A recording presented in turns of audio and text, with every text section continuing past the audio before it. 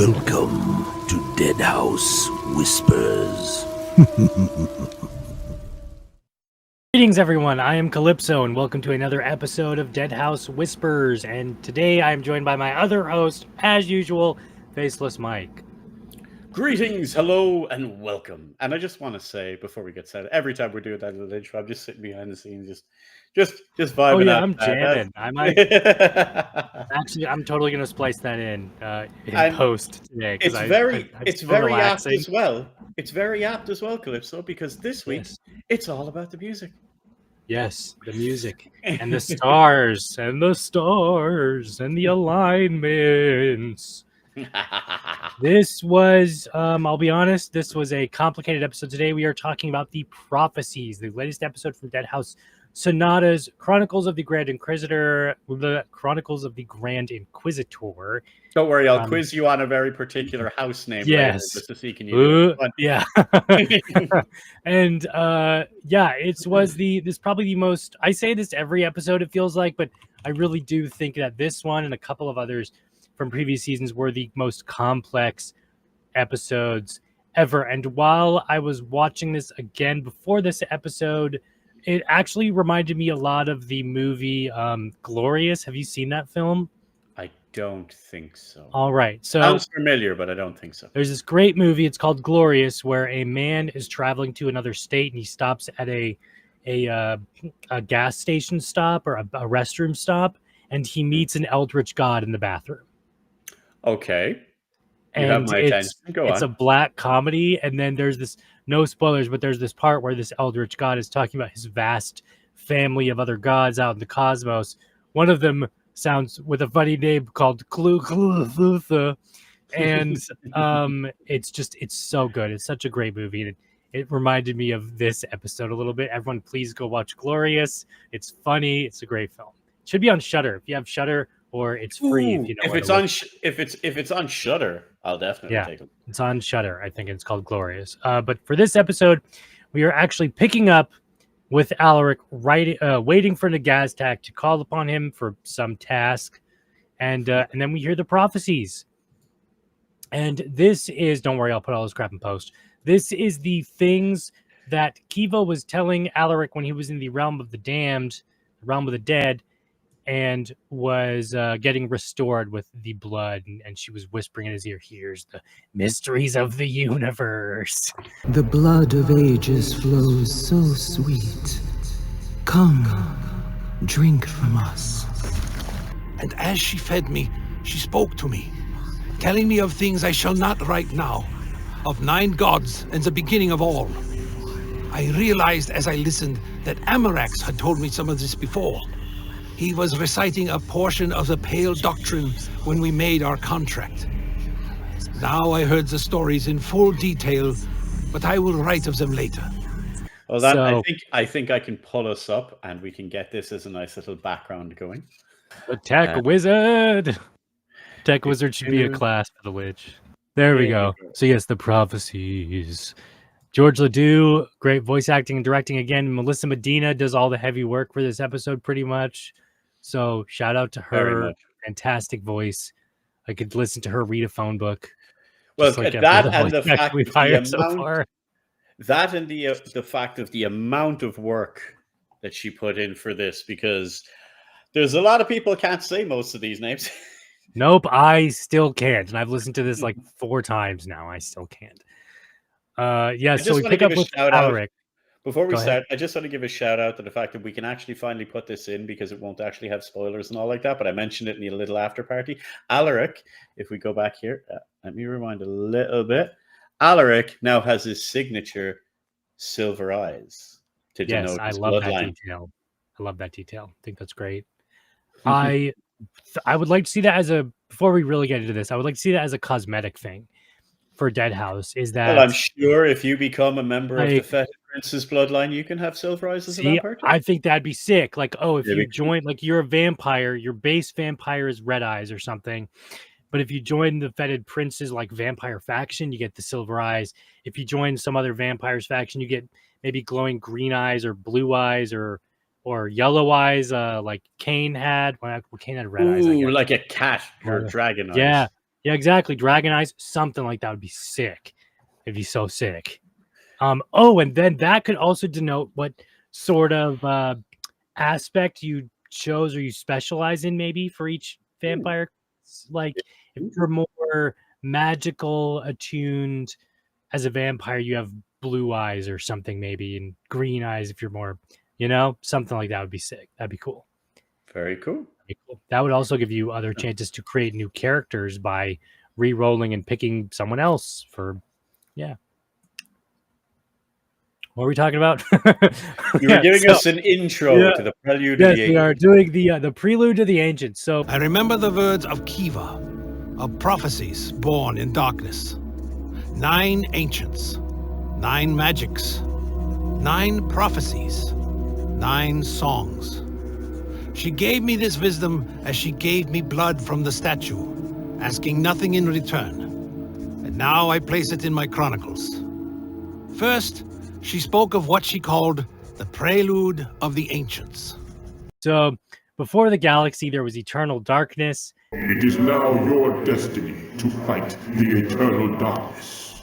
There was eternal darkness, and from this darkness, there was song. Eternal darkness.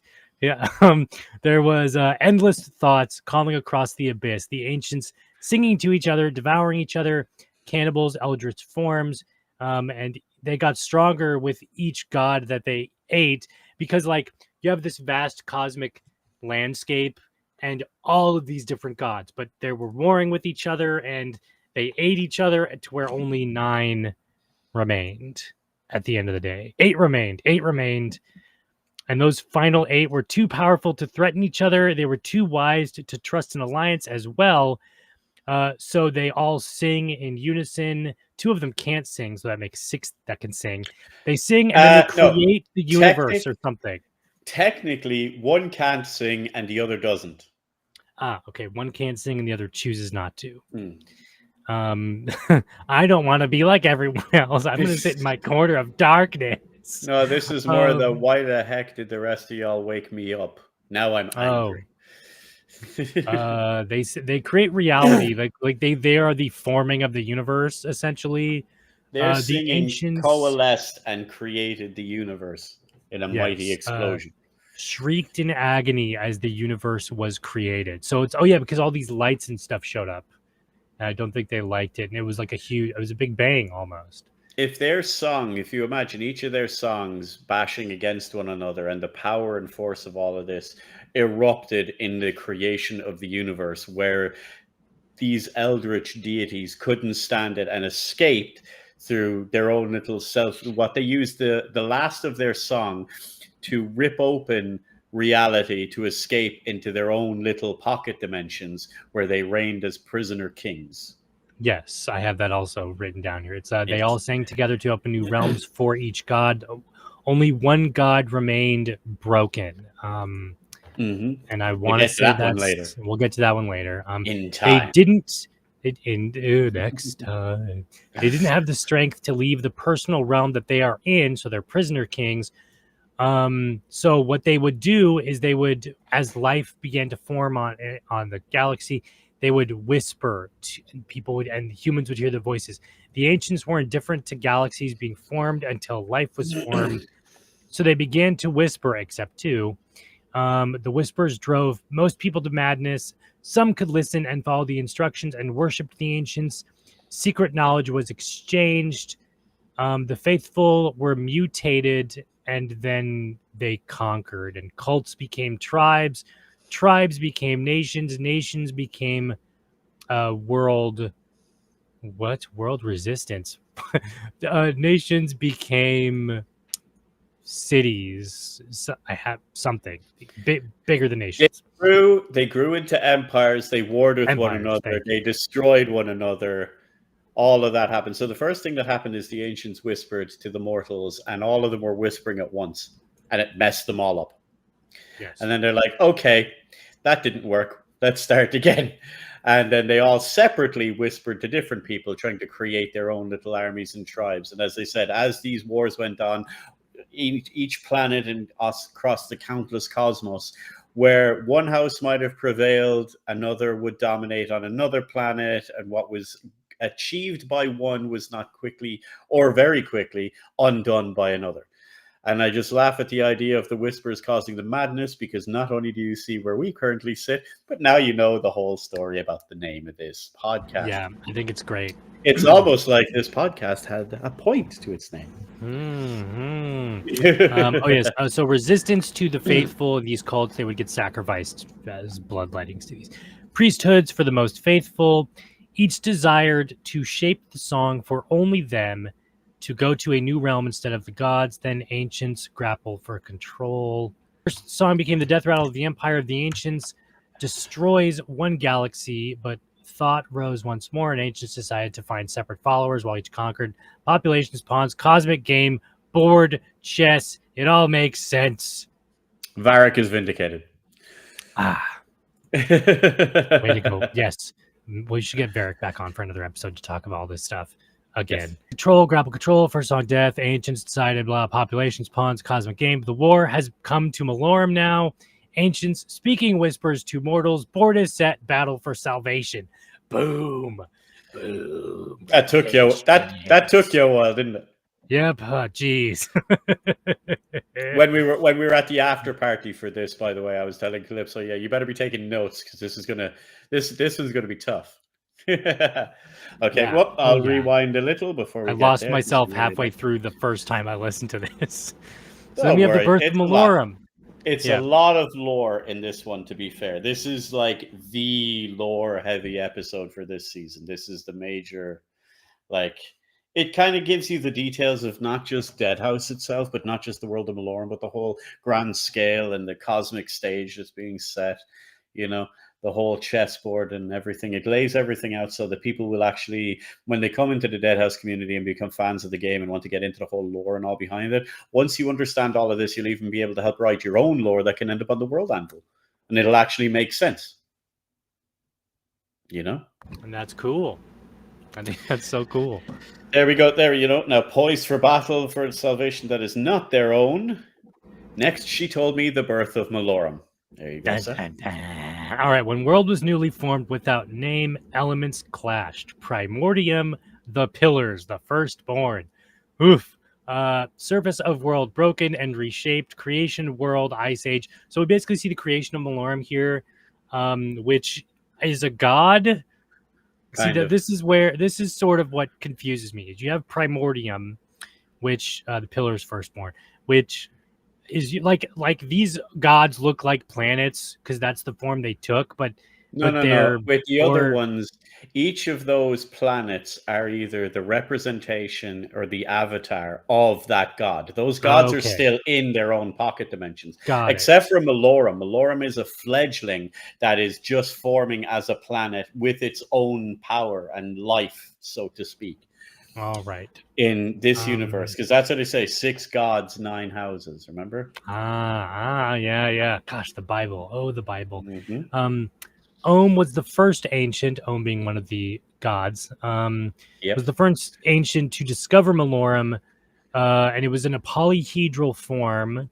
The pillars, and then they get into a fight, like a weird cosmic battle or whatever. And see, this sort of, even though this is nice and fancy poetry, thanks, Jack, and Dennis. This, to me, simply sounds like volcanoes erupting and like the literal formation of kind of Earth, but if you think about it, it sounds really fancy. But if you think about it as it's gods battling, it's way cooler. And if you think about it in the realm of, like, if you've ever watched even the movies, if you haven't read the books, like Lord of the Rings or The Hobbit, like The Hobbit stands out to me there. I was watching it recently where I got like a third of way through the Silmarillion before I gave up, because I'll go back to it eventually, but no shame on it. But you know, the way in The Hobbit, like they're climbing the mountains, and then all of a sudden they discover the mountains are beating the crap out of each other. Oh yeah. Giant, that's what this is. So you've got earth elementals, water elementals, and all like that. The children of Malorum in turmoil against this outsider. Yeah, the pillars struck Om with nature, which is what I love that detail. Om gets fractured and sinks. Om then reorders itself. I like how Om is just rebuilding itself, but every single time Om rebuilds itself, it gets smaller and smaller until eventually Yeah, because they've knocked chunks off it and stuff. Yes, battle goes for days. Ohm shrinks each time. It then locks itself up and flees. Ohm shrinks to the shape of an octahedron, of an octahedron that fits in the palm of a human hand. And then we have the primordial prophecy, because all of these things are about prophecies here. So the primordial prophecy is prophecy number 9 I have written here. Malorum shall bear the corruption of the ancients, channel the aspects. What did I miss?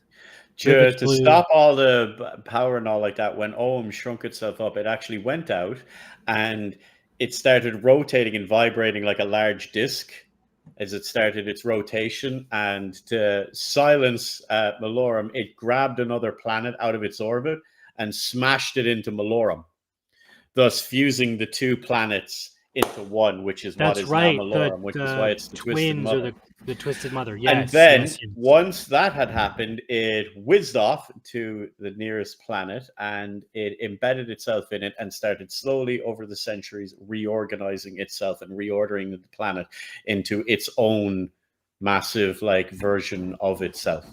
I placed my hand over the 2 that clasp upon the central sphere. Malorum. Malorum, the Twisted Mother, whose house is the Pillars. This is the 9th prophecy, the primordial prophecy, that Malorum shall bear the corruption of the ancients, so that she may channel the aspects of their magics into a song of her own.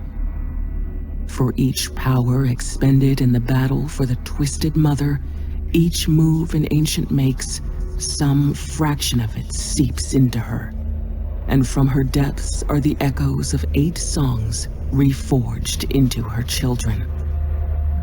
8 pillars from the interlopers and 1 from her vengeance shall sing together to bring the primordial aspect into ascension above all others. Then every conquered world across the universe will throw off their shackles as a chorus, and every whisper from the ancients thereafter will merely join in a song that contains all their voices. And then I have equality written down here, so rather than fighting each other, they all come together as she's going to harmonial thing. She's going to weave the aspects of each part of the magic into herself. So the way it said the dragons, for example, in the previous one, that the dragons absorbed whatever element was strongest. So for our certain prince, it was time, because that was the most strongest, but it could have easily been Empyrean, or it could have been Islerith, it could have been any of these, but for that one, it was time, because that was the strongest there. She, as in Malorum, the Twisted Mother, will weave all of them. She wants to wield all the powers. Oh, so is that a good thing or a bad thing, do you think? That's going to be the question, isn't it?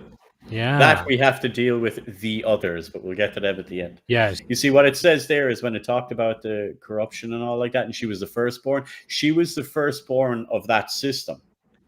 That was the first planet that formed, and then it was smashed into 2 that are now become 1. That's why it's the Twisted Mother. But when they talk to her as the firstborn, she wasn't the firstborn of the ancients. She was the firstborn, when they created the universe and this solar system and all was created. That was the first planet to be created, and when everything coalesced. Yeah, I do like how you understand astrophysics. 2 hands clasping. Yeah. Yep. See, then we can move on to the Great Serpent, Sasanaraj, the Sun Eater, the End, the Ancient of Eternal Darkness, and everyone's favorite, because they all seem to love that word, Sasanaraj.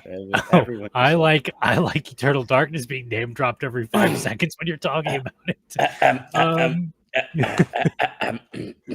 Pulls out was $100 physical. You can sell that on eBay for a pretty good chunk of money, right?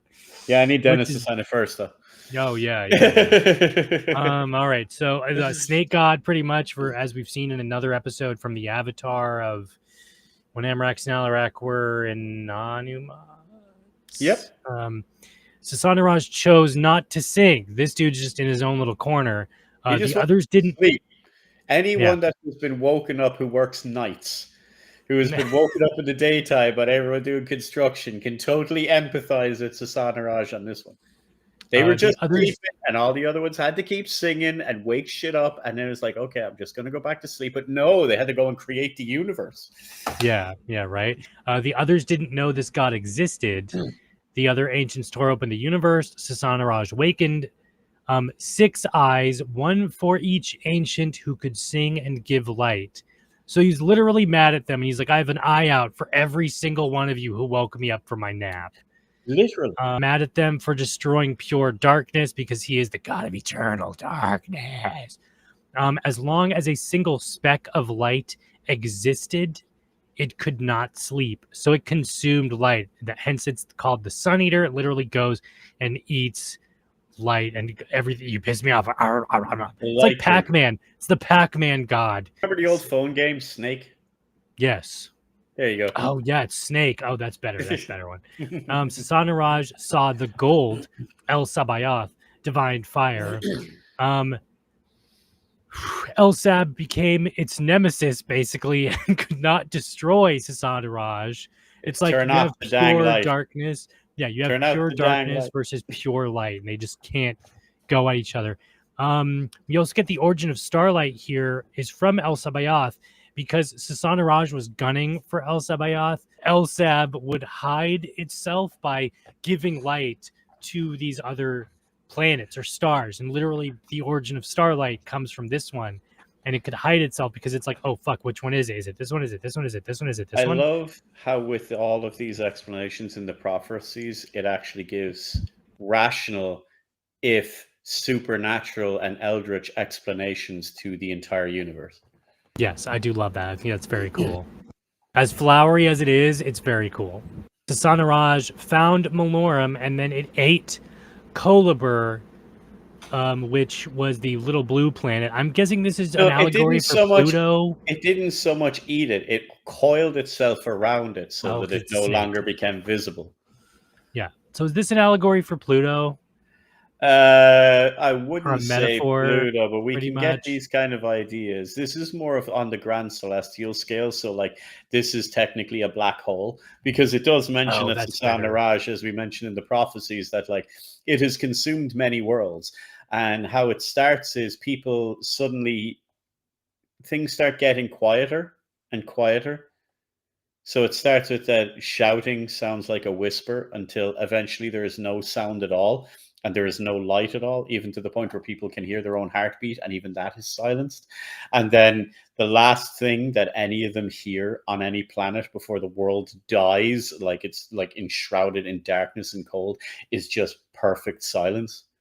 Like that is its own eldritch nightmare. Like, no, have you ever been? I want to do one of those silent rooms where you go in and it's so soundproof you can hear your body moving, like your skin cells moving. I want to get a very small piece of time in there before you start to go mad. So they actually only give you a very small bit of time in there. Oh yeah, like imagine being able to hear your heartbeat, your stomach, the freaking hair in your ears, all that stuff. I want to do that one day because like that's what this sounds like.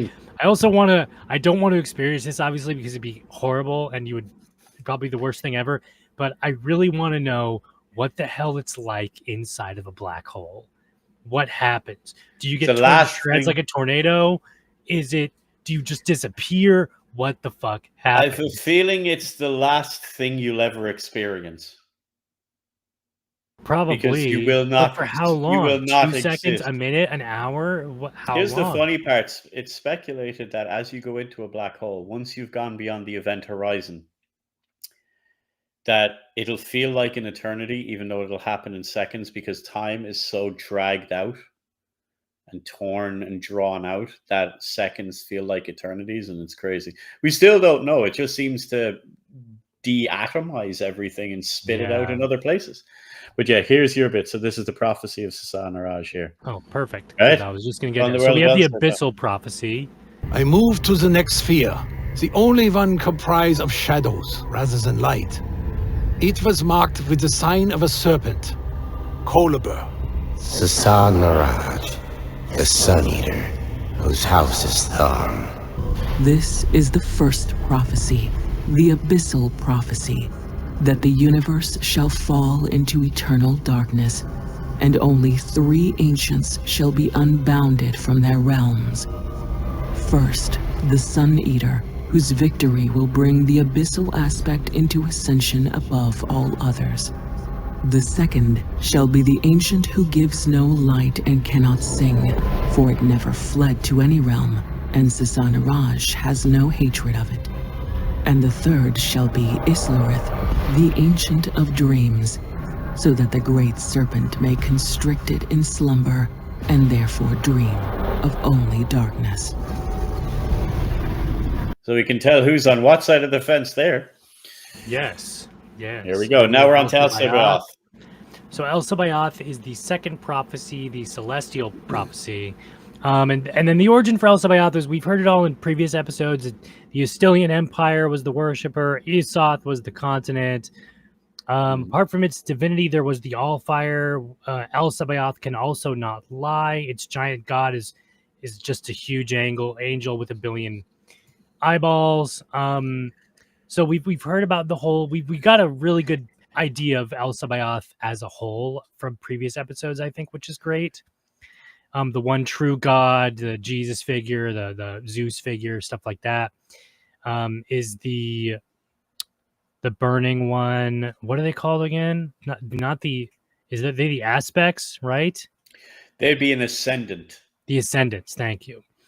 And then the prophecy for El-Sabaoth is The next sphere, brighter than the rest, bore the mark of many spears radiating outward. Novice all, I said, and my blood shuddered. El-Sabaoth, the All-Fire, whose house is Empyrean. This is the second prophecy, the celestial prophecy, that El-Sabaoth shall burn away the unworthy, and from their ashes shall rise the heavenly host of Empyrean. On many wings with many eyes, this host shall smite the servants of the false gods. And when the universe has been purged of filth, so too will it be purged of darkness, as the celestial aspect is brought into ascension above all others.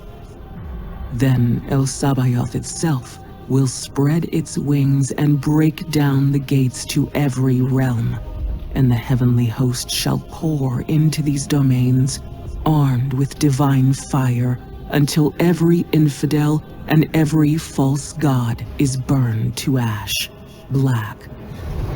angel god shall smite everyone who does not worship the gold. Everything will be purged of darkness. Whether this is fair or not remains to be seen. But it's just this one will come into ascension and become the prophetic leader. What I thought was funny, everything else. What I thought was funny about it was that El-Sabaoth is pure truth, therefore it cannot lie. Yes, I do love Isn't that. that weird? That's cool.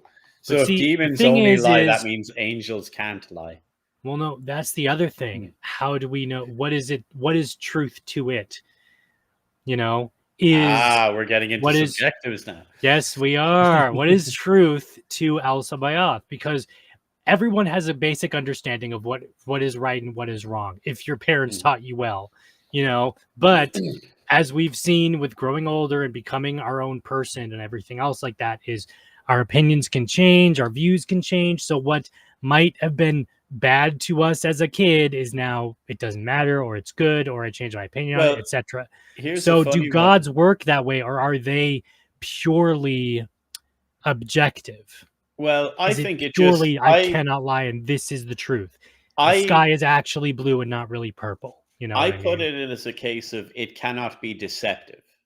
It is incapable of being deceptive. It cannot lie less than the truth, because it sees itself as the one true God and that all the other gods are false, even though they're all equal eldritch deities. So it has a subjective slant, but I think what it means is, you know, that it cannot lie and stuff like that is more in the face of it is incapable of deceit. No deceit, no subterfuge, no like, I'm going to show up, you know, disguised as a human and all. Nope, giant angel, eyes, wings. Oh, you know, that kind of. That's good. Yeah, be not afraid. Ah! What the heck is that thing? One of my favorite memes or whatever is when you're walking in the desert and you've just taken mushrooms and the eldritch being stops you to ask you a question, and all it is like the most horrendous looking angel figure on the planet, and some dude's going like, what the heck, man? Then we get to the third prophecy. Something that's interesting is that these are sort of going backwards or out of order. So the ninth prophecy is the primordial you see there, prophecy with it cannot Melorum. lie. So this is the second one. So Sasanaraj is the first. The first. El Sabaoth is the second. But why is Melorum talked about first when it's the last prophecy? Because that's the chessboard. Oh, all right. Alalmat. Yeah, my favorite, or one of my favorites. Now So we're on Alalmat is our Deadhaus. third prophecy. Alalmat is Deadhaus, also known as the Veiled One, the Weaver. It's under the necrotic aspect, and it's the necrotic prophecy. Two celestial spheres remained, and I moved to the one closest to the central orb around which the others drifted. The symbol upon it was the same as marks the surface of the moon, visible even with the naked eye. Ruina. Alalmat, the Weaver, whose house is Deadhaus. This is the third prophecy, the necrotic prophecy, that by the song of the dead shall the gates of death be opened. And with the tolling of great bells shall the necrotic aspect be brought into ascension above all others. Then will come the great dying, and every living soul shall pass into the pale temples. In the stillness that is left, only the undead will remain to make of the universe what they will.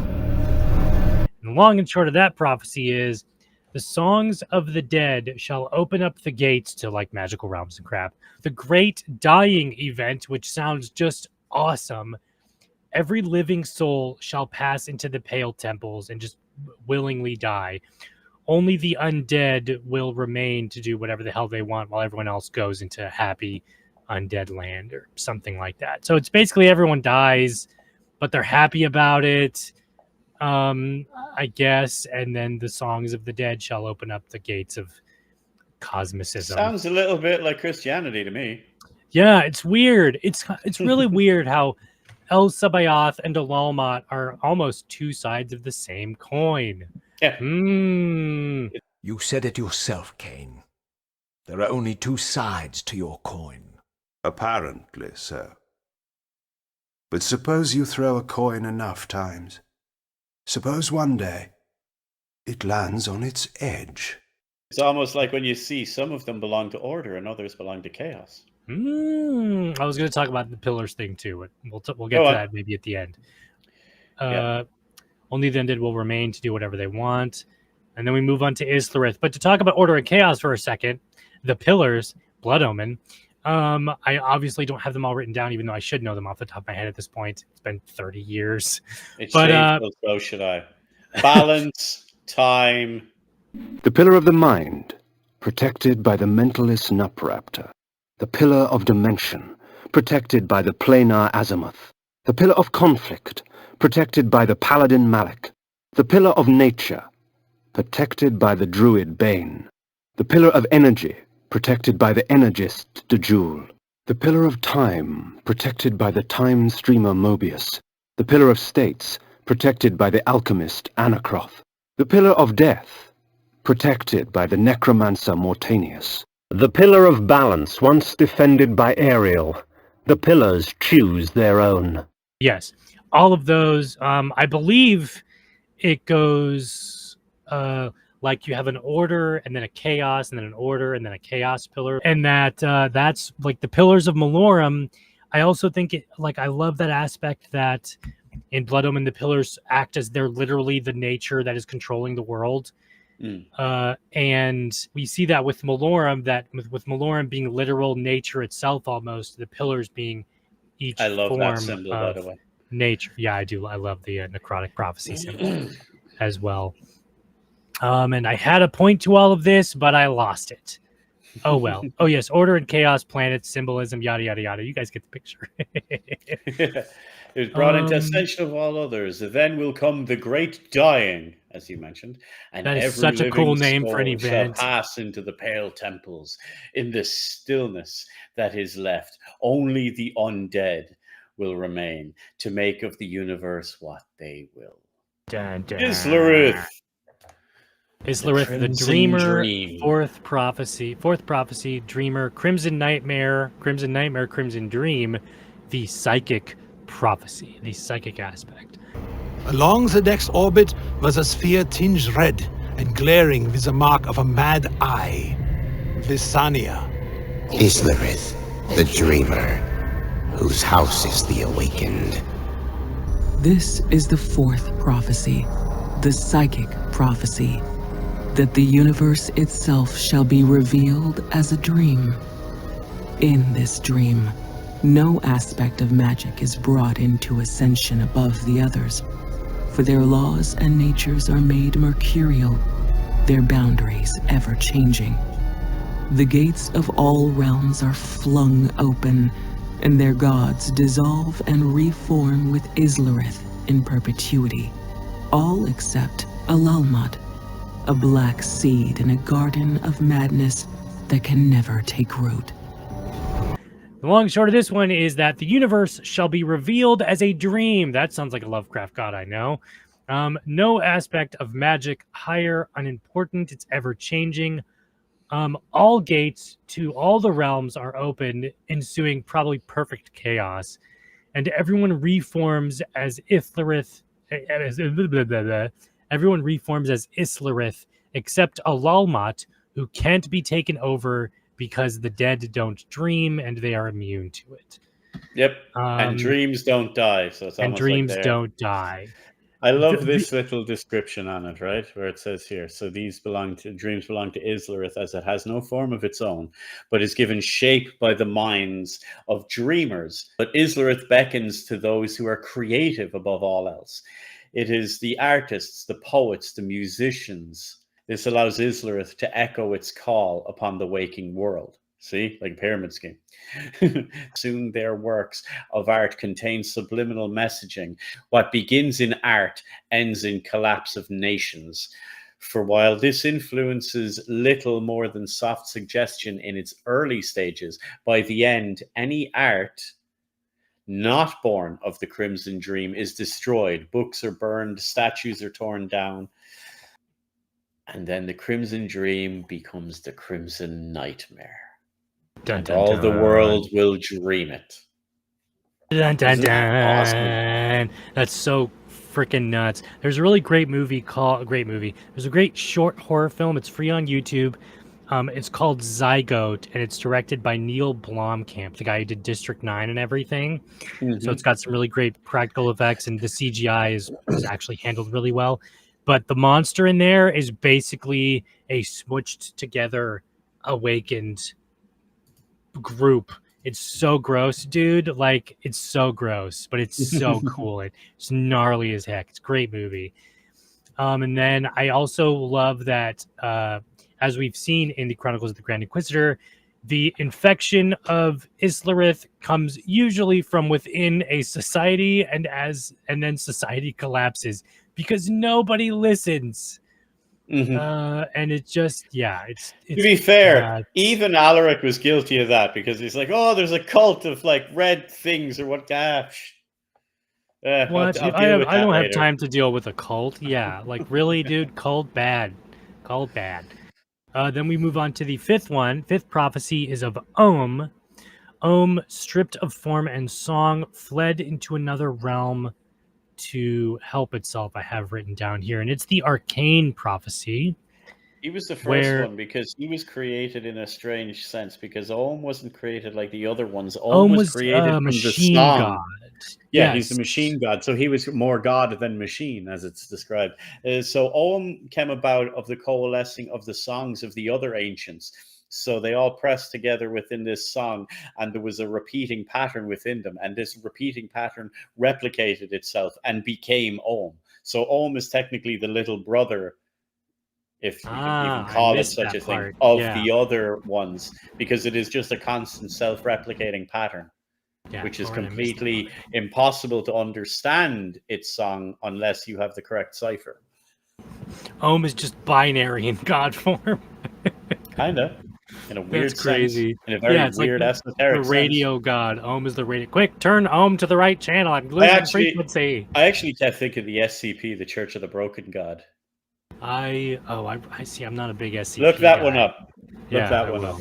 Let me write Funny that down part real to the quick. SCP Foundation. We'll just put that in pause now. Let's take a sidetrack on this one for a second. Church of the Broken God, you said? I'm writing that down. All right. So, someone said on Twitter years ago, before we had LLMs, before we had the AI the way we have it now, the existence of the SCP Foundation as a wiki, as a repository of all this information, will skew global data sets. And recently, ChatGPT and a few other things have started to spit out containment procedures. So the SCP Foundation has unintentionally created an SCP in our world, which is the most SCP thing I've ever heard. It even That's gave really a guy. funny. It even gave a guy. I don't want to get into detail. You can Google it, but a guy ended up basically with cyberpsychosis while trying to deal with this because he couldn't understand. There, I don't know the name of it. I'll find it. I'll, of course, fix it in post. I don't know the name of it, but there's a really good YouTube animated series made by like two people, and I think it's SCP based, but it's like a comedy where this guy is just working at the SCP office and he sees all this crazy stuff, and then it's just another Tuesday. If you want some grade A humor, so if anyone is not familiar, the SCP Foundation is basically an online collaboration of anyone that likes to write creepypastas about a non-government agency that exists to secure, contain, and protect anomalies. So these would be like Control is the only exposure I have to this. Control is like the SCP video game officially. Basically, they have all these sites, and they're this global organization, and they try to secure, contain, and protect like anomalies or oddities. It could be something like a popcorn bucket that's infinite popcorn, or a statue that if you stare at it, it looks all hideous and deformed, but if you look away from it, it'll sneak up on you and break your neck. Or Cthulhu.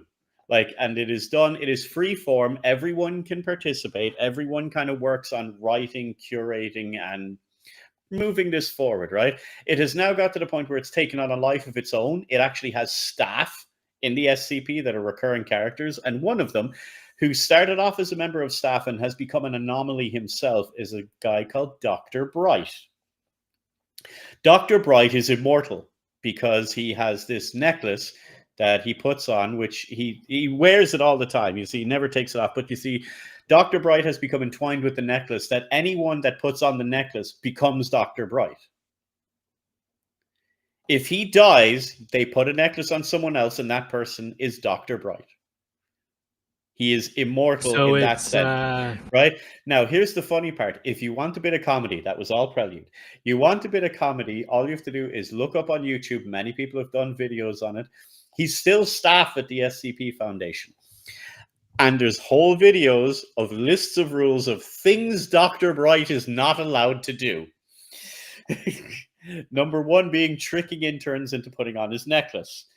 And then it's really funny. And there's a whole list of stuff. That's a rabbit hole you can go down. You can thank me later. It is absolutely hilarious. So even in the SCP universe, it has created its own parodies and comedies and whatnot. You're muted. I know. I'm talking to myself. Oh, man. Star Trek. There is a character on Star Trek who is immortal because it's an alien slug, and all it does is burrow its way into a willing host, and it becomes that. Yes. Oh my god, it's killing me that I don't know the name off the top of my head. That was from Deep Space Nine or something, right? Yeah. It started out in Next Generation, I think, and then I know who you're on about. I can't remember the name. Was never a Star Trek guy, but I do know who you're on about. I'm one of the few people. I was not a fan of Star Trek, but I think I've seen absolutely every episode because growing up, when I would go to bed and I'd flick on the TV in my room, that's what was on. Was Star Trek. So I have unintentionally seen every episode of The Next Generation, Deep Space Nine, Voyager, everything, because that was always they're good, or they were good. Star Trek started off. Some were good episodes. I'm not going to lie. Not a fan of Star Trek, but there were some really good episodes. But no, Let us detour back into our lovely little brother, Ohm. The next sphere was no sphere at all, but a shape of light bounded by only straight lines. Inside this shape was a repeating pattern, itself made from only straight lines. Laterum. Home, the many-sided, whose house is Machinarum. This is the fifth prophecy, the arcane prophecy, that the universe shall be restructured by the will of the machine god. As the arcane aspect is brought into ascension above all others, it shall pulse through all matter that has been restructured, imbuing it with esoteric sentience. And with each inert thing given thought, the signal is spread until unthinking matter is no more, and all energy is harnessed to drive thoughts through a universe which has become a perfect mind, with Om at its center, the hub of all knowledge. It becomes the hub of all knowledge, is basically the prophecy of Om. So it will take over everything, pretty much, and imbue everything with sentience. So a rock will know it's alive. A tree will know it's a tree. Just one perfect being of everything, I suppose. Well, you see, that's the other part. You see, Ohm knows. Ohm is knowledge, basically, and wants knowledge. It is truth, knowledge, science, that kind of a thing. So that's why it's self-replicating. Versus nature, which is the whole fight. It is the machine god. It is truth in and of itself, you know? As you said, it is binary. You know? There's a lot more to be delved into Ohm. Yeah, but, there's a lot more. I'm going to leave that a little later because Ohm's really interesting because Ohm was basically the kind of... Ohm set the chessboard. All the rest of them are fighting on the chessboard, playing their own pieces, but Ohm was the one that basically set up the chessboard. And that was the one you were saying. It went to the planet Laterum, and it just Laterum. Thank you. Yeah, I'll put all the planet names in after. Don't worry, everybody. So when we get into that, it went to Laterum, and then it's just spent the past few centuries just reorganizing everything. Yeah, reorganizing. It's just constantly reforming itself and staying away from the pillars. Literally everyone and everything. Yeah, we have the nameless god, the sixth prophecy. This is good. I love this one. Ancients communicate with song. I have here thought, intention, etc. Hearing a song makes you insane.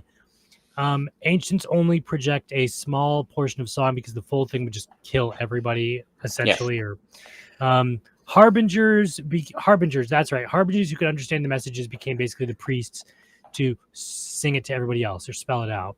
Harbingers spread, learn names, but names aren't meant for human tongue a lot, like Cthulhu. So Om and Teclacmecmec and Elsabaoth. Come on, go for it. All of them.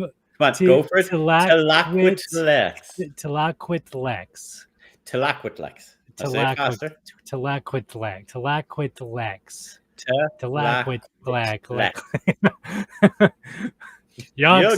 That's I'll get it. The name. So that's the whole thing. These are just very rough amalgamations of the names of these gods because they aren't meant for human tongue. Yep, it is as close an approximation as fleshy mouths can muster. Yes, thank you. Like even Cthulhu, like we all say Cthulhu or however, Lovecraft, when describing it to his friends, couldn't even say the name because you can't say the name. Yeah. It's just impossible. But the basic founding is Cthulhu, Clulu, whatever you want to freaking say. I think Lovecraft, even there's a great description. Lovecraft is like you cough and you put your lips together or whatever, and you cough the name and you try to say the name while coughing. And that, yeah, that's like the closest you'll get to how it's supposed to sound, pretty much. Well, it's not spoken by things with fleshy mouths, so obviously we can't say it. The nameless god, however, has no name, or it's a name that was forgotten, and the same one. It's also the same one that birthed Om. The nameless god birthed Om, so like brother and sisters, or I still like the idea that it was worried about the others singing to one another, and how it hid was it sung back into itself and used its power to make sure that no elder could sing to it. It used its power to make the universe forget a name they had never learned. That is the most esoteric stuff ever, man. I love crazy. that. Nameless God sang on song Ainward about forgetting every universe forgot the nameless God name they never learned. Yeah, that's so cool, man. Forever nameless, it survived to the birth of the universe. It fled to a realm of its own making, and the nameless prophecy is not known. We don't even know what the nameless prophecy is. The orbs that bore the mark of a ram's horns. Haruspex, I said, placing my hands over the orb. The nameless god, whose house is prodigium. This is the 6th prophecy, the nameless prophecy, but it is not known. It cannot be known. Yep, and it Which took is over such the a cool planet. detail. It took over Haruspex, not by colonization or by aggression. It took it over by making a deal with the planet itself. Yes. And then the other thing we find out is as it expanded, whereas Elsabaoth reigned as the champion of Isoth, the Nameless One took over Atan, and it whispered to the sea that all those would forget it. It shrouded Atan in mists, and it made everyone that crossed the sea, the nameless sea, because people had even forgotten it, that everyone would forget everything. That's so metal. That's so metal. Isn't that cool? And then we here's get your favorite into one. Tlaquet Lex. There we go. Tlaquet Lex. Yes. So this one is great. I love that it's the black womb of creation. It doesn't get any more metal than that. And eternal darkness. Eternal darkness, black womb of creation, time god. It's what I have written here. This is the 7th prophecy, the temporal prophecy, that every prophecy can be undone. For that which is written can be unwritten, the words of all songs unmade.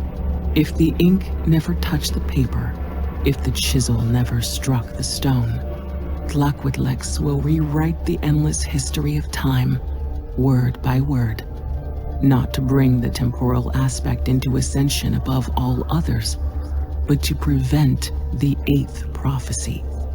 And if another prophecy should come to pass after this, the shattered god will be waiting, always. Of the shatter, and it's also known as the shattered god, which is just baller as hell. Because it doesn't exist in any one place at time, but it is in pieces everywhere across the universe, spread across time and space. Yeah, it doesn't exist in one place at one time. The whole thing is that this prophecy or this god travels so far in time and back in time and left and right and forward that all the prophecies have come true and none have come true, and like it's there, and then like there's one where it's a good one, like it doesn't happen, but it doesn't really know.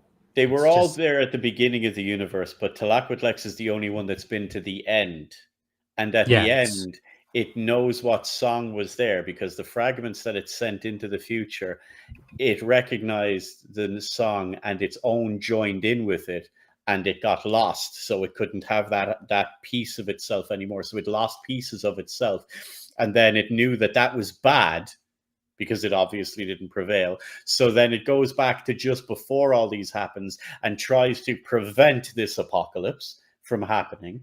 And sometimes it has undone it and pushed it back hours or days, months, years, but it is always trying to prevent this.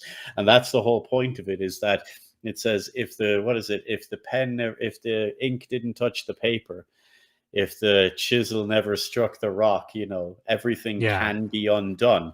They said, but how can fate be undone if it is fate and it is destined that it has already come to pass? It's like, well, it has and it hasn't, because these gods don't exist in our universe. They exist outside of it. So time isn't a linear thing to them. No. So the other part is what the others are then is Tlaquettlex found its recruits by going to the very end of civilization and singing to those ones, because if it sings to anyone else at any other point in time, they would go mad, because song is joined with the songs of all others, because it is spread throughout time. So it goes to the end, to the people that are left, because then the only song they can hear is its own song, and offer them a peace treaty, basically. Hey, do you want to come help me stop the apocalypse? And it'll usher them back in time to help it prevent what is to come to pass. Although, keep in mind, a lot of them don't. They apparently, according to the prophecy, stay loyal to their own gods, even to the end. Apparently. But some do join. And what I do like about all this is that this is all to stop the 8th prophecy from happening, which is Woro. Woro. Woro or Woro? Woro. Okay.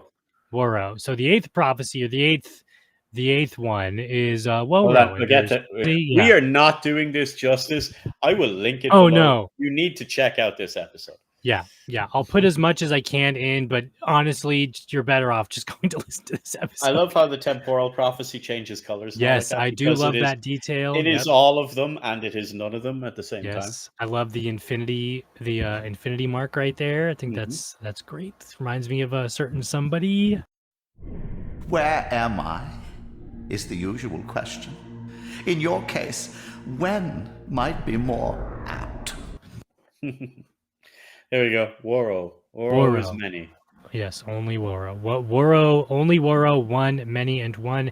If some portion breaks away, it is still Woro. They are all the same. Many droplets, one sea, creating still uniform. I have Ancient of Unity written here. It can't sing. Woro is the only other one that can't sing besides Susanna Raj. Susanna Raj chooses not to sing. Woro can't actually sing. Yep. And I feel actually bad. I feel really bad for Woro. Woro is the outcast. It wants to join the others in singing, but it is left out because it can't. It's the social pariah of everybody. Woro vibrates and consumes an ancient, and then proceeds to keep multiplying. And by then, it's too late. So what it done was, it gets consumed, it becomes Woro. Woro, and then another one. It's Woro. Woro decided that it wanted to sing, join in with its brothers, and it went up to one as it was singing, and it couldn't sing, so it vibrated hurriedly, and the ancient didn't even perceive it because it's so small and irrelevant and all like that. But in its little vibrations, it ended up consuming a small fragment of that ancient, and became 2 droplets, and 2 became 4, 4 became 8, 8 became 16. We kept going like that until it was a giant thing, and then the ancient took notice, but at that point it was too late, and it was consumed by Oro and became Oro. And that is how it is. And it kept going. And it was really sad because all the ancients are singing, trying to destroy each other. And Oro's like, but I want to be with you guys. And it's taking over everything. And to the point where all the other ancients freaked out and tried to escape from it. El-Sabaoth blasted it to pieces, which didn't work. It just made more Oro. And the Islerith, when it was consumed, it just simply dreamed it hadn't been. Because that's how it got away from it. I love that. I think that's great. Trying to escape from it, all of them except Ohm. Because Ohm, did Ohm become a part of Woro? Woro stepped up to Ohm, and Ohm, because it was sentient and a self-replicating pattern, reached out to the mind within Woro and made some type of deal that Oro would promise not to consume it. Got it. What I have written here is Woro tried to interact, but nobody wanted to interact with it because it's a self-consuming planet or god. And I have written here, because one means none, a planet or a god for everyone is a planet for no one, or a god for no one. The orb beyond Novasol appeared as if composed from many smaller orbs. They bore the mark of a wave. Inundo. Woro. They are only Woro. This is the 8th prophecy, the alchemical prophecy, that the universe shall be as one. So too shall Woro flow through the barriers of the 9 realms, and each ancient therein shall align in purpose and victory. Only Ohm will be left apart, a single shard of that which is not Woro. one shape with straight edges in an endless sea of gray, preserved for the promise it made before the birth of time. And from the many-sided mind that is the last memory of disunity, a pattern of arcane knowledge will disseminate, and at last, the Ancient of Unity will sing. The Ancient of Unity shall sing once it ends up consuming everything and becoming it wants its everything. own one big song, which they're all afraid of. The funny Yes, part they to all that want is their own individuality, but Woro is was I the wanna be only part of one that couldn't escape the creation of the universe. It was the only one that when the universe is created and everything, the blast of creation like hurt everyone and they all sang and opened up doorways and rippled into their own realms. Oro couldn't do that. So it literally just got blasted apart. And its and particles flew across the seven galaxy. remained or whatever. Yeah, a part of it flew across the galaxy, and bits of it flew into like stars that were melted away and stuff like that, and destroyed and all like that. But some of them hit things, and then they started vibrating, and then they became more and then Oro, they became and then Oro. Oro, and that's how Oro persists into infinity, which I I think don't is know if that's a fascinating. good thing. I don't know if that's a good thing or not. You know what I mean? Now, here's the question: Like, do we know if until we know- Roro is a good god or not, or is just wants, or is its only mindset to everyone, or it doesn't know? Does it know that it is replicating itself and becoming everything, or does it only see itself as oh now I'm over there, I wonder how I got over there, oh now I'm over here, I wonder how I got over here, but it's just turning others to itself? Yeah, because it's all one being. But then again, when you're saying about is it a good god or not and all like that, can't you say the same for the rest of them? That's very true. It's very true. Well, on one hand, Islarith is almost the same as Woro. It is just consuming and replicating, and sort of everyone becomes a part of Islarith. They all dream the same But they dream. obey Islarith. When you become Woro, you are Woro. It is Yes. Woro. There is only Woro. That's crazy. That's so scary. That's so so scary. Oi, oi, oi. This is all different flavors of Lovecraftian nightmare. Oh yeah, I do like how a couple of the prophecies are we have to stop this prophecy from happening because that prophecy is a bad prophecy, but I'm the right prophecy. So that's all I have for my notes. The same could be said of all religions. Yes. That's the real interesting bit, because it's all in the one and one in all. Oh, And it's then like El Sabaoth. When you think about it, every god sort of wants the same thing. They all want to ascend and have their own bit of I want my thing. They want to control all want to control the universe. They're all like they're basically like all a ring of cats looking at the goldfish bowl, and every one of them wants all the fish and to be in the goldfish bowl. That's a good analogy.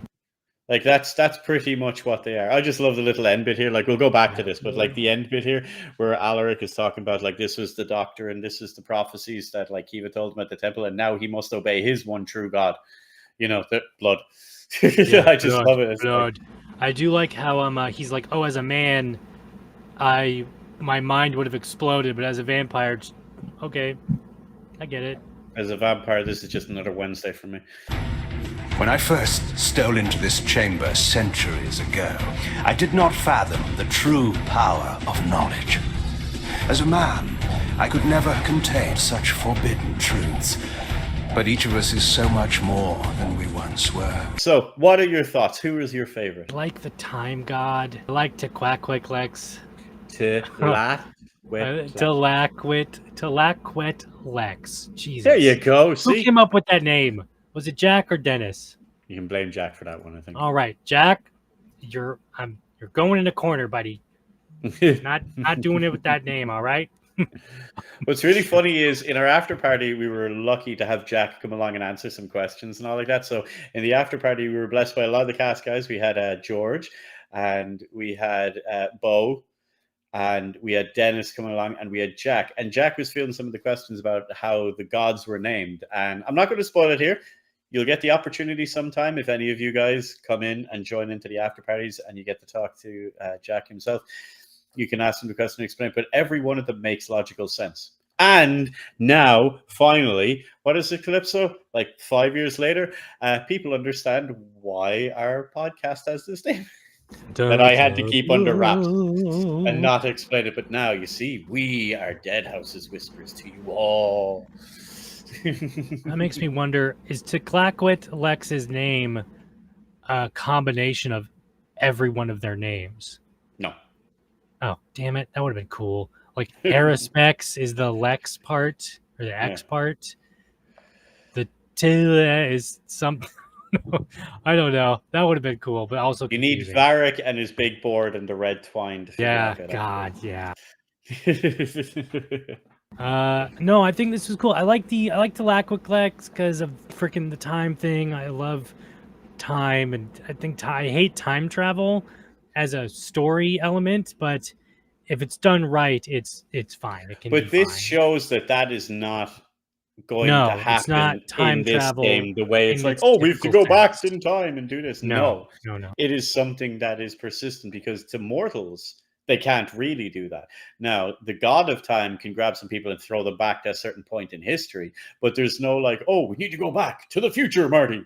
You know, there's none of that crap. Yeah, we need roads here. Okay, we definitely need roads. I like Sasana Raj because Eternal Darkness. Yeah, I don't know, man. And I think the Nameless God is cool. Like a forgetting God, a God that literally nobody knows what the prophecy is, so it could be the worst one or the best one. You know, it could be. How can you stop something that you can never know what it is? Exactly. That's terrifying. Isn't that? That's great, though, isn't it? Even to the point where it whispers to the Eastern Sea, which is now the Nameless Sea, that anything that even came near it just forgets everything about themselves. Like, you can't even get near it. You just forget everything. Yeah. I think Islarith, I mean, being a giant thing monster is gross, so... But it's also really cool visual imagery. Like... yeah. I like... You know, Alalmat, Fetid Prince. I like all that stuff too. But I really wonder is because we've been introduced to the Burning One, we've been introduced to Fetid Prince and the Leper for Islarith. I want to know who the others are. Who are the other ascendants? I was going to say who the other ascendants are, or who the others are, because they're two different questions. Well, yeah. So who the other? Like, who is the Fetid Prince version of Malorum, if it has one? Who is the? Oh no, I it's don't know the if pillars. it even has one yet. Well, let's see. Wouldn't it be the pillars? Because there was the giant spider in.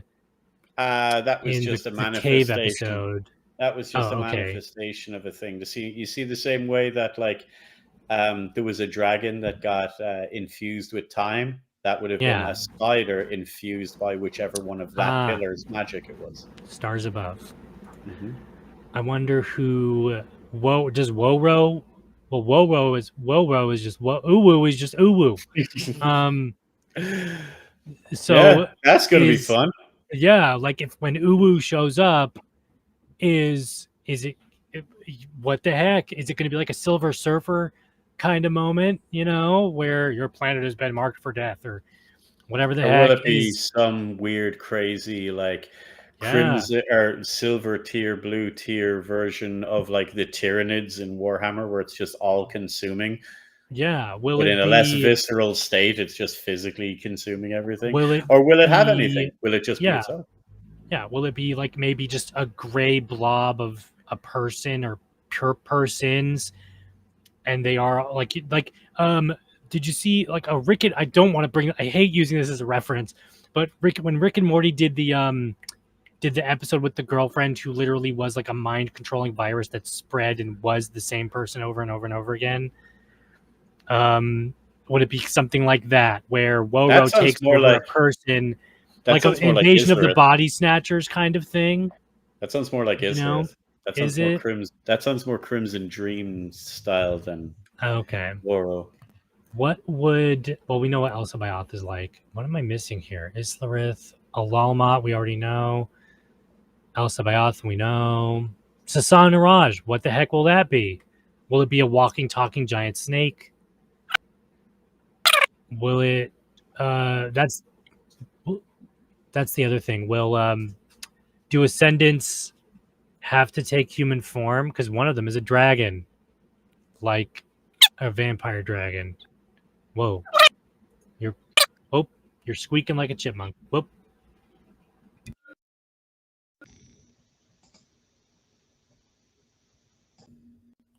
We better now?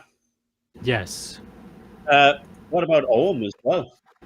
Oh yes, Ohm. Well, obviously, Ohm should be, and I'll declare this now. Ohm should be a giant automaton statue from that's similar to the old Sinbad, Ray Harryhausen, Jason of the Argonauts Are we stop getting mechs motion or golems? kind of movies. Are we getting mechs? Golems? That'd be sick. Golems. Golem? Actually, Ohm could be a white, because am I crazy in thinking that the boxes that control the whites are just parts of Ohm? Ancient tech. No, they seemed like they were full of essence. Oh, because that's it was true. green, screamy stuff the same way as the wraiths were. So I don't think it's that. So we're going to get something even more crazy at that. Now here's one for you. Way back when we had our first teaser, we saw a giant. Which house does that belong to? Yes, who would the giants be? Who would the giants be? Oh, maybe they could be or the no, because Atan is dragons, right? Atan is dragon capital. Well, that's where the dragons are from. That I don't know if that means that the nameless are dragons. But then again, that's also true. So it could be the giants. But then it also could be that Woro is the giant. Nah. No. They don't seem consuming E. I'm putting Oro as the blob. Okay. Oh yeah, the actual blob, like no, it's the blob. Yeah, that'd be cool. That'd be a really obscure reference. That's how I. Then you have like 4 different movies to watch of the blob. To pick one, go for the 1985 version, people. Great movie, by the way. Now I'm gonna go watch the blob again. All Lovecraftian nightmares. Yes, you talk about the blob, the one that I keep coming into when you're talking about cheesy 80s horror, because we're talking about 80s remakes rather than the originals and all. One that never gets enough appreciation, I feel, is Attack of the Killer Tomatoes. Oh my god, dude! You just unlocked a core memory for me. What? Oh my god! I don't know if this was this. I don't know if you were. Fruits, or will we find if you were too old for this, but the Curse of the Ketchup Vampires. That sounds familiar. How obscure is that for you? You're going back in time now. Hold on, let me do that. Oh, we got a bot. Yay, we're famous. Yay! Give me 2 seconds. I'll deal with that. Mm-hmm. Ketchup. Wow, that's ketchup. Is it Return? Is just the Ketchup Vampires or Return of the Ketchup Vampires? One of those. I want to say it was Killer Tomato. Like they made a Killer Tomatoes, same studio or something. I don't know, but yeah, Killer Tomatoes is great. Toxic Avenger. That's my favorite thing about the 80s and the 90s is that they managed to turn all of these really adult shows and movies into kids cartoons. What would we have? A Swamp Thing? Yes, Swamp Thing. Which was absolutely glorious. I think there was a recent Swamp Thing series, or was it a movie? There was supposed to be a rated R. There was Swamp a Thing series, but it got canceled. DC made a series, and you can still watch it online. And it's so tragic because it took a bit to get going, but then they canceled it before the end of the first season, and it was just getting good, and they kind of had to wrap it up in like 1 or 2 episodes. And it was just getting good because it was absolutely amazing. It was actually getting really good, which is rare for DC. But like it was phenomenal. It was getting really good. It's a slow start. It is a slow start if you go to watch it. It's like you with Twisted Metal. It takes a little bit to get going, but once it gets going, you watch it. Just watch it. It's just the only bad bit is you'll feel sad that this never got carried on. Yeah. But yeah, I remember all of that stuff in the 90s. Whenever, like, think about it. We had the 80s and 90s. We had cartoons of like RoboCop, Attack of the Killer Tomatoes, Swamp Thing. All these were Rambo and not Friends. Rambo and Friends, Jackie Chan. Like, none of these were children's movies. But yet somehow they had a toy line in cartoons. It was great. Yup. I loved it. The RoboCop cartoon is surprisingly good. You know, like as good as, I don't know. Actually, you know what? Yeah, they're all pretty quality. Tales from the Crypt. There was a Tales from the Crypt cartoon, man. Yeah. I cannot believe that, and it's a good cartoon. Yeah, you can turn. Well, it worked with Tales from the Crypt because, do you know, originally Tales from the Crypt, it started right. There was a movie, right? And did it start out as a variety show first or a movie series first? So it started off as a comic book and a movie. So I'll tell you how this goes. The movie has nothing to do with the way the rest of the show goes. The crypt keeper in it is actually like an old monk, a literal crypt keeper. And there's people that come into the place and he kind of tells them stories, and there's different stories. That's where the anthology. Sorry, English. The anthology section comes from, right? But it was also a comic book back in the day, and that's kind of referenced in the TV show and in the cartoon. That's why the cartoon works, because the episodes of the cartoon are the literal comic book episodes, only obviously slightly modified and modernized and stuff. Yeah, that's very cool. Actually, we need to get George on to talk about that, because I love Tales from the Crypt. I'm a massive fan. And so is my girlfriend. We're obsessed. Love Tales from the Crypt. But George is the guy that's the expert on that stuff, because that's from his generation. He remembers that. George, were you ever in an episode of Tales of the Crypt back then? Oh, he should have been. Maybe I know he wasn't, but even as a voice, I think that'd be cool, man. We should redo Tales from the Crypt and get George to be the new I don't know why that stuff, like, it's so weird with the rise of American Horror Story and Black Mirror and stuff. You'd figure now would be the perfect time to bring back Tales from the Crypt and other Tales from the Dark Side, like that. The Twilight Zone. Yeah, exactly. These like, bring it all back, because we're in that prime time of it's anthology series. People like this stuff. You just need solid writers, man. You need solid writers and a good team, and you've got plenty of them online. Sure, most people, when they're starting off wanting to get into the horror industry, make horror shorts. They make short things, because you can't do a lot of things. It's difficult to do comedy in a short sketch. It can be done. Monty Python and a few others have done it, but comedy is difficult, but it can be done. Horror is different. No, horror can be done. You can make a 4-minute horror movie. Like, it can be done. But it's very difficult to do anything else. You can't do action, romance, and stuff like that. It's really difficult to get that kind of stuff. But horror works great to it. And that's where, like, Tales from the Crypt and all done. It was basically fledgling directors getting to cut their teeth doing a 10, 15, 20-minute horror movie. And then it gets put on the air, and then these guys got to be big. Now, when it started, they actually pulled in big names. You did have Stephen King, John Carpenter, stuff like that involved. But then it opened the door for a lot of smaller guys to it, and then they got to do that. So, people already do this on YouTube. How is it not a big thing? Like, what is it? Love, Death, and Robots is kind of the idea. Yeah, Love, Death, and Robots is. Why can't we get horror versions now? I don't know. There's the horror host. I miss horror hosts. Yeah. There's a great short film. I think I've mentioned this before, but it's called Portrait of God. Mm-hmm. And it's a short horror film. I think it's like 4 minutes long or 5 minutes long. And it's made by a team of like 4 people. It's totally indie for YouTube. One of the best horror shorts I've ever seen, ever. It's called Portrait of God, I think. And it's about a student or an art student, and they're talking about, this mysterious painting was found, and no one knows who the artist was, the origin or whatever, and all it is a dude standing like this, and he's got glowing eyes. But then she turns off the projector, and the dude is still standing there with the glowing eyes, and it's fantastic. It's simply fantastic. And we have Varric dropping in to say hello, because it would be too scary. No, never.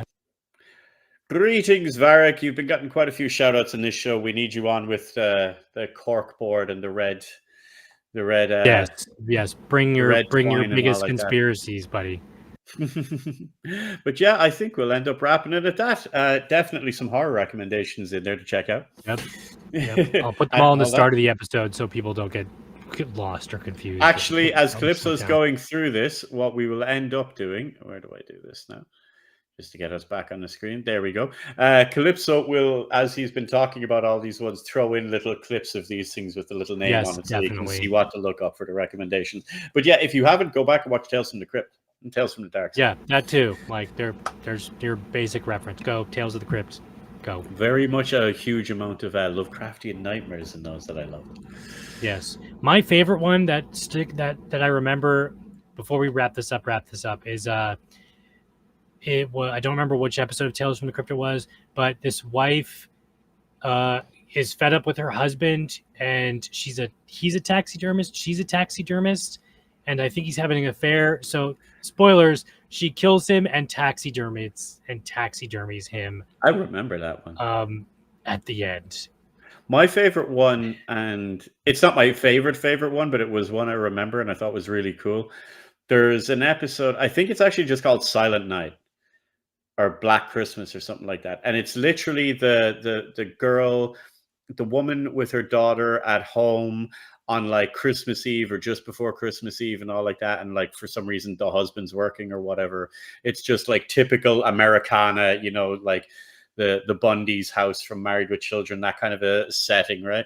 And they're in the house and there's an alert on the radio that this crazy guy has escaped from the lunatic asylum, be on the lookout, you know, he's dressed like Santa. And like, he literally goes to the house and tries to break in, and he's got the beard and stuff like that. And then in the past like 10, 15 years now, that came out in like the early 90s, but in the past 10 or 15 years, there's been 3 or 4 horror movies that have literally been just that premise of like, oh, absolutely, this is an episode of Tales from the Crypt. And the same as when we saw when that movie came out, Jeepers Creepers. I'm full sure I saw an episode of Tales from the Crypt that was essentially that as well. Yeah. I can't remember what it was, but I know I've seen something like that when I was young. There's an episode there's a really great series on Netflix called Cabinet of Curiosities by Guillermo del Toro. Yes, I love that. It was amazing. Unfortunately, I don't think it's been renewed because they done Dreams in the Witch House. Yes, they did. They did a couple of Lovecraft things, I think. Yeah. But this would be the perfect platform for him to do his Mountains of Madness adaptation, which we'll never ever see. But would love to see that. It'll never happen, but I'd love. There's a couple of episodes where it feels like they just took an old Tales of the Crypt episode and brought it to today's time. A couple of episodes of Cabinet of Curiosities. Yeah, I just want to put it out there. I can't understand. You may not have read it. If you have not read this, go read it now. It's not that long, but it's great. How is it The Whisper in the Darkness hasn't been made into a movie? It has, actually. George was in it. A full proper one, The Whisper in the Darkness. Full proper one. Yep. I need to check that out. Dude, yeah, it came out in like 2011. Yes, George is an extra. George is an extra in the movie at the very end. You have to look out for him. Yeah. Cool. But it was actually it was funded by the H.P. Lovecraft Historical Society, and it's filmed in black and white. They tried to make it exactly like you would a movie in the 1940s or whatever. So it's all mostly practical effects, all animatronics and puppets and stuff. It's fantastic. How is that not done by like Blumhouse or Shudder? Like that should have been something like that's any one of those ones, any of the classic tales from Lovecraft. Like he wrote a lot, but there's like 10 or 20 that are like staple classics.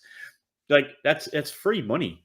Anyone that wants to make horror movies, absolutely. Well, they're doing a free money. It's already been written. It's already been written for you. You just do it.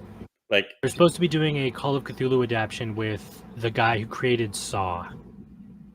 I think that got greenlit this year. I don't know when it's going into production. If it's I'm not too sure how that would work out. Yeah, I don't know how I feel about that either. You got the dude from Saw doing a Call of Cthulhu movie. There's a reason why most people, when they go, "Oh, we're going to do Cthulhu," and like, actually, we're going to either do Dagon or Innsmouth, because exactly, it's just another telling of that. We can't actually do Call of Cthulhu because Call of Cthulhu, for anyone that hasn't read it, again, go read it. It's a short story. You'll read it quick enough.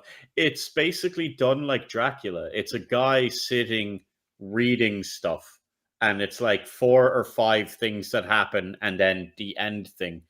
happens. Yeah. So Yeah. like it's like it doesn't really, it works as a story, it works as a book and a novel. It doesn't work so well as a live action unless you've done some massive like movie where you're literally following the guy through all the stuff or something. You know, it'd be they would have to have a main character who goes through all of these events, and rather than a dude reading his diaries from his dead uncle. Yeah. You know, that's the problem with Lovecraft. I love Lovecraft. I literally read Lovecraft throughout the year, every single year. The biggest issue that everybody has, including me, a diehard fan, is that nothing happens in any of Lovecraft's stories until the very end. The last 5 pages is when all the setup happens, and then it either feels incredibly rushed or it's a really good payoff because the guy knew how to build tension, but nothing happens. That's why every single Lovecraft adaptation, including the Whisper of the Darkness one, great movie, but it's very, how do we make stuff happen when nothing happens in this entire story except at the very end? It's difficult to live adapt. action. It's like watching painting dry with dialogue, kind of. Yeah, like it's why they done a really good adaptation of The Color Out of Space, that one with Nicolas Cage in it. Yeah. But again, that's proof of, as you say, nothing happens. Nothing happens. It happens until It's the kind very of end. very small little bits and pieces, but without that setup, the payoff means nothing. So you kind of have to go through that, and it's really difficult. It makes sense on paper. Because it was never even conceived of with the idea of them being movies as a medium. That's why it doesn't often work. But again, they're great stories if you can figure out how to do them. Some people have, like The Shadow over Innsmouth. That's a very easy one. Adapted like 5 times. Yeah, because it's one of the Lovecraft story. It's the easiest one to do. People hear weird stories, investigators sent to town to figure out. Yes. And then surprise twist. You know, that's always, it's, you know. But that's good. There's some things to check out. There's some things to go check out and watch, and some to go read. Yes. So with all that said, thanks for watching, everybody. You can follow us on all the social medias, as well as checking out deadhausonata.com. Everything is down below. Everything will be linked as well in the descriptions on Spotify, I think, as well as YouTube, where this will go up. And I've been Calypso, Faceless Mike, and we shall see you guys in the next one. Bye for now. Thank you. Much appreciation from us, yes, for listening to Deadhaus Whispers. Ah, yes, thank you for listening to Deadhaus Whispers with Faceless Mike and Calypso. They're lovely people. Don't forget to like and subscribe, or I'll find you. Hello, fellow fans of Deadhaus. Follow Deadhaus Whispers, or else. From the creator of Legacy of Kain and Eternal Darkness, Deadhaus Sonata is a narrative-driven action RPG in which you take the role of the undead and fight against the living. Visit us at www.deadhaussonata.com for updates on development. That's Deadhaus Sonata.com.